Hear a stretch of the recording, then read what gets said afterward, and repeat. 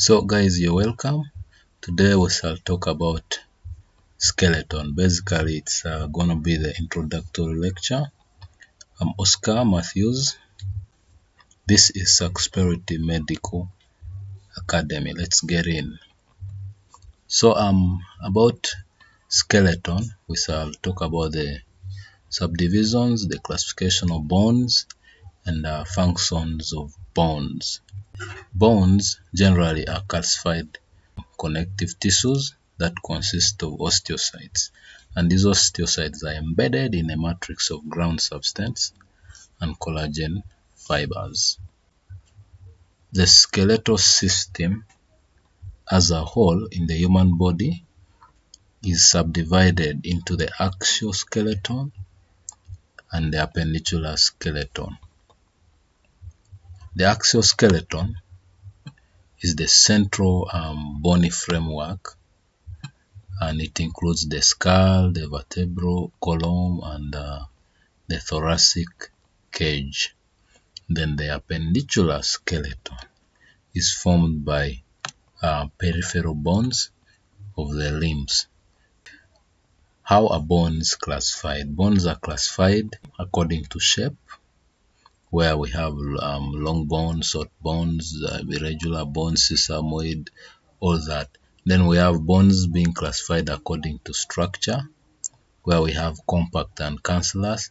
Then bones can also be classified according to developmental origin. So we shall start by looking at the classification according to shape, where we look at long bones. Long bones are characterized by elongated tubular shaft having a central medullary cavity and expanded articular ends called the epiphyses. Examples of long bones in the body are the humerus and the radius, and also the femur. Short bones take various shapes. They can be cuboid, they can be cuneiform, they can be scaphoid or trapezoid in shape. They are generally short. And examples in the body include the carpal bones and the tarsal bones.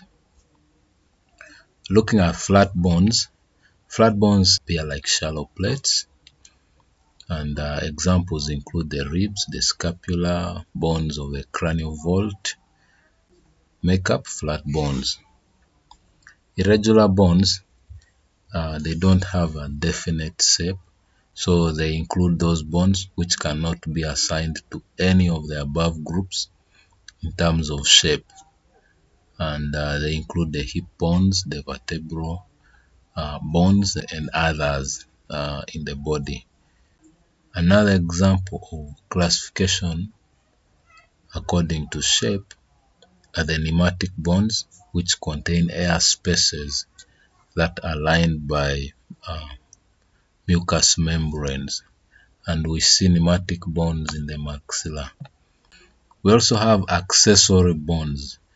Accessory bones, other texts refer to it as supernumerary bones, and this particular type of bones are not usually present in the human skeleton, but of course they can occur as a result of variations as the skeleton develops.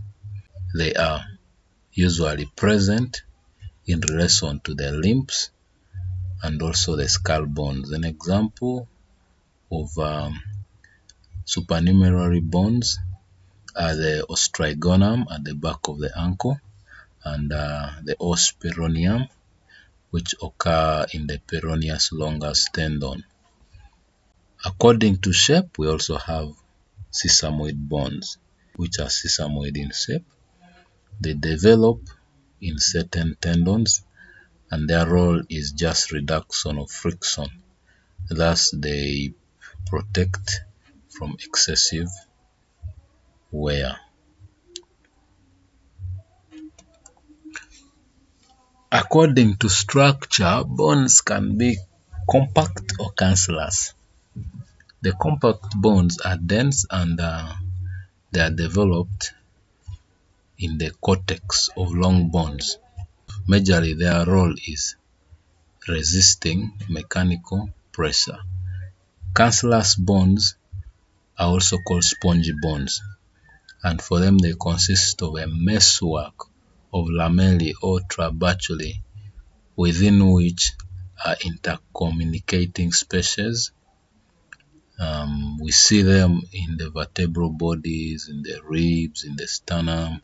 And then the classification according to developmental origin are basically three: intramembranous or dermal bones is where bones develop from the mesenchyme. Example is bones of the skull. Then looking at intracartilaginous bones, also called the endochondral bones, is where we have a cartilage that is transformed into bone. So here basically cartilages are the ones that ossify. An example of intracartilaginous bones are bones of the limbs and the thoracic cage. Membranocartilaginous bones develop partly from membranes and partly in cartilage. Examples are the clavicle and the mandible. Looking at functions of bones, they have diverse functions. So bones can provide shape and size. Bones provide attachment to muscles and ligaments, including tendons. Bones protect vital organs like the brain. So brain is encased within the cranial vault. Bones also resist compression and tension stresses or forces. Bones act as storage site for specifically calcium and phosphorus. Bones can act as a system of levers for movement. Bones of the ear, like the ossicles, help in audition. Bones take part in immunity, where reticular endothelial cells of the marrow are phagocytic and they have a role in immune reaction. Then air sinuses in the skull also provide resonance to voice.